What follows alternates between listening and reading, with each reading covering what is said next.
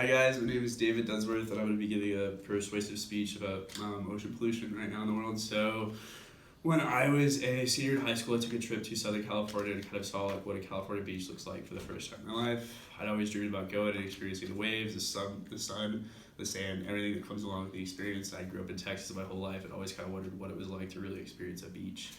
And so my first time going there, I was kind of surprised about how much trash was in the water, how much trash was in the beaches, how much just overall waste was in the area in general, and how poor quality the water looked. It looked kind of grimy, it looked kind of awkward, it tasted different. It didn't taste like actual salt water in my opinion. I thought it was really gross. But yeah, so I never really understood what it was like to have what beaches are going through right now with all the pollution, everything going on with the oceans, and so that kind of wanted me to jump into this issue.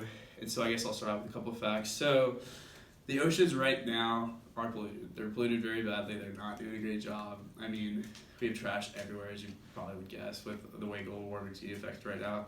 So current stats about the oceans: 1/4 of the carbon emissions are absorbed by the oceans right now due to the lack of the ozone, as well as 150. I think the oceans are going to be 150% more acidic due to all the chemicals and everything that goes into the oceans within the next decade, as well as 18 billion tons of plastic on average are dumped in the oceans every single year.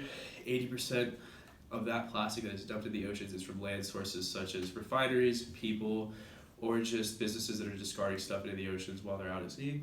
As well as there's a trash island in the middle of the Pacific Ocean that is about 2 times the size of Texas, where the currents kind of match up, everything comes together, and any kind of debris or any kind of waste that is pushed through the current out to sea is coming together right there, and it just keeps building and stacking and doesn't seem to be disintegrating or separating at any point. As well as these oceans with their huge kind of trash piles and the enormous kind of sizes that they have of just garbage everywhere is causing over 500 dead zones in the ocean. So a dead zone is defined as an area in the ocean where no life is possibly feasible, which means no plant life, no marine life, no fishes, no animal life whatsoever can live there, just because of how hard it is for any sort of nutrients to grow, any sort of animals to have a sustainable ecosystem there. So there's over 400 of these dead zones currently in the oceans right now, as well as a lot of fish and marine life are starting to recognize plastic as food, and so they'll start to eat plastic instead of their daily food diet that's allowed for, and they'll keep eating plastic until their stomach is able to be filled up with the plastic, because it doesn't decompose, it just sits in their stomachs, which ends up ultimately just starving them out, killing them, and kind of lessening the species as a whole throughout the ocean.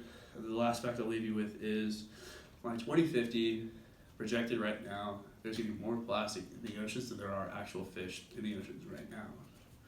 So, going off of that, what can we do to prevent this from happening? What steps can we take to kind of lessen the blows that we have right now?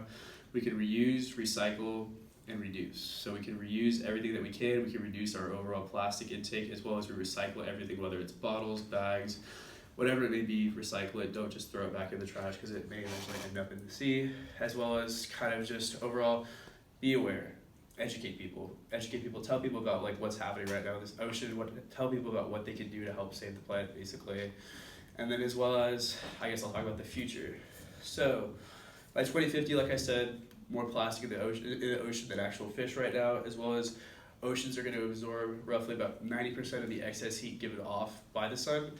Only 10% is absorbed by the ozone, so the more plastic you have in the ocean, the hotter the ocean's going to get. It's not going to be able to absorb as much heat as it's used to, which means overall the climate change is going to increase and the temperature is going to rise even more.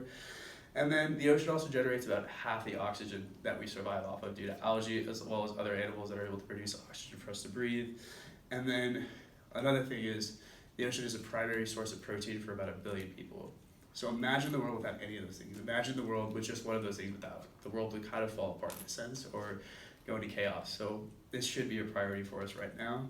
I guess the last thing I'll leave you with is educate people. Get the word out there. Make sure to let people know that you need to reuse, recycle, and reduce your overall plastic intake, as well as, if you feel the need to, donate to a nonprofit. Go out and actually do a beach cleanup or a river cleanup. Just help the planet any way possible. And thanks for listening.